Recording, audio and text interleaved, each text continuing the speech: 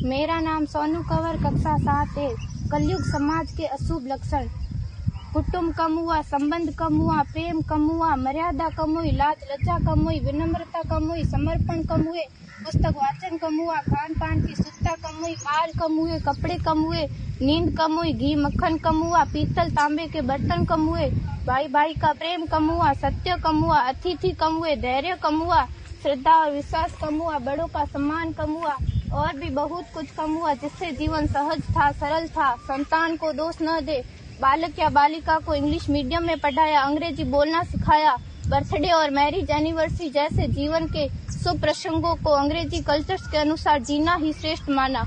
माता पिता को मम्मी डैड कहना सिखाया। जब अंग्रेजी कल्चर से परिपूर्ण बालक या बालिका बड़ा होकर आपको समय नहीं देता, आपकी भावनाओं को नहीं समझता, आपको तुच्छ मानकर आपसे जुबान लड़ाता, जब आपको बच्चे में कोई संस्कार नजर नहीं आता, तब घर के वातावरण को गमगीन किए बिना, संतान को दोष दिए बिना एकांत में जाकर रो लीजिएगा, क्योंकि पुत्र या पुत्री की पहली वर्षगांठ से ही भारतीय संस्कारों के बजाय, मंदिर जाने के बजाय केक कैसे काटा जाता है, यह सिखाने वाले आप और अम्मी है। जब बच्चा पहली बार घर से बाहर निकलता है तो प्रणाम और आशीर्वाद के बदले बाय बाय कहना सिखाने वाले आप और अम्मी है।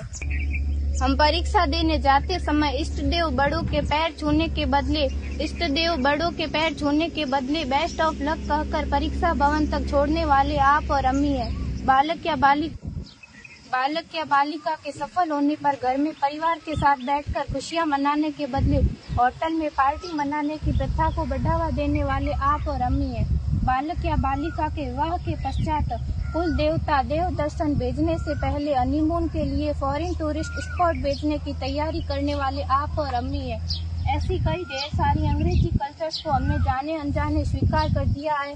अब तो बड़े बुजुर्गों के पैर छूने में भी शर्म आती है। गलती किसकी? मात्र आपके माता और पिता की।